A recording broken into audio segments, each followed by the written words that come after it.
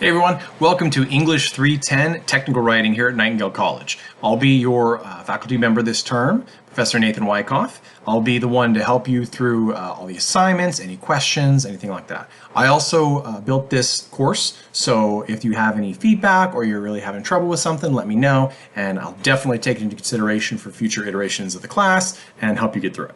Okay, so technical writing is really about how to write clearly for other people. And it's not just about how to write, it's also about how to communicate in general.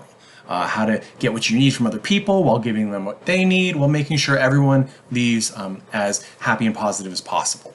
Okay, that includes giving criticism, taking criticism, writing papers, writing memos, writing emails, and all that sort of stuff.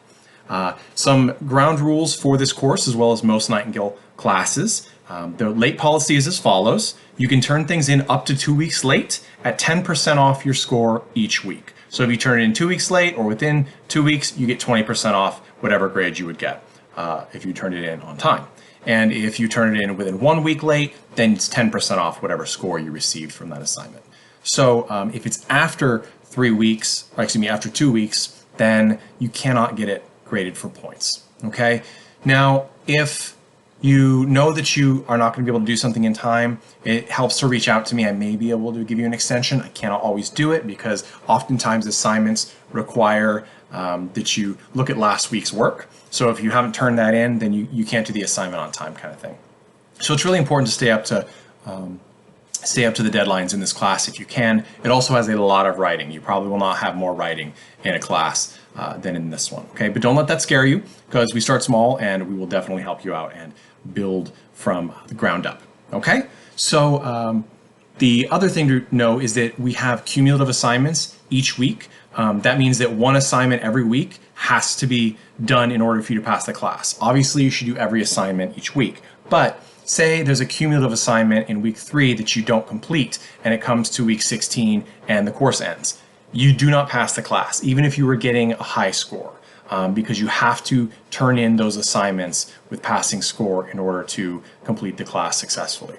Now, that doesn't mean that if you miss something 3 weeks and you had to do it for a cumulative assignment that you instantly fail. What it means is that you can still turn that assignment in after 2 weeks late, and I will score it, but I will not give you the grade in the grade book. So you can complete the class, but you'll still get a 0 on that assignment. You just had to complete it in order to finish the class. Okay, it's a hard concept at first, but it really helps make sure that we all leave this class knowing exactly what we need to in order to continue in our careers and future classes. Okay, my name is, like I said, Nathan Wyckoff.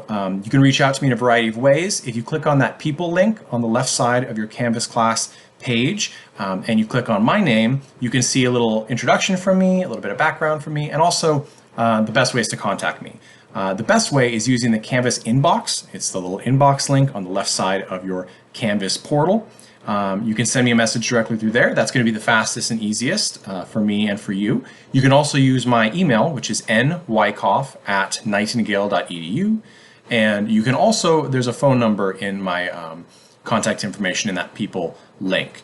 You can text or call me. That's not going to be the fastest way to get a hold of me, but if we have something that's going to be easier to help you with over the phone, that is certainly something we can do. Or if you have to get a hold of me and you don't have a computer handy, you can text me or call me. Okay?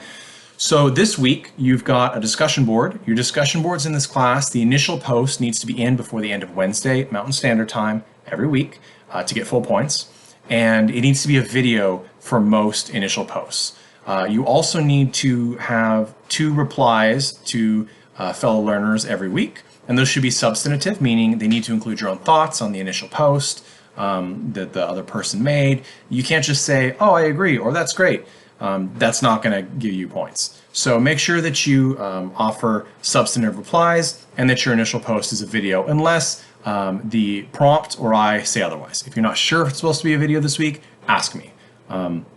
The other thing is the discussion board requires you to post on at least 2 different days during the week. So that means that if you post your initial post on Tuesday and your 2 replies on Thursday, you've met that requirement. That's all good.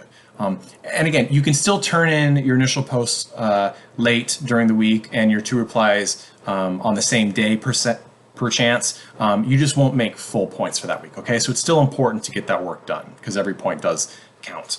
The other thing is you cannot do replies late, so those don't work in the late policy, meaning that if you are a week late, you can still do your initial post in a discussion board, but your 2 replies won't count because other students aren't looking at them, so it's not going to help anybody.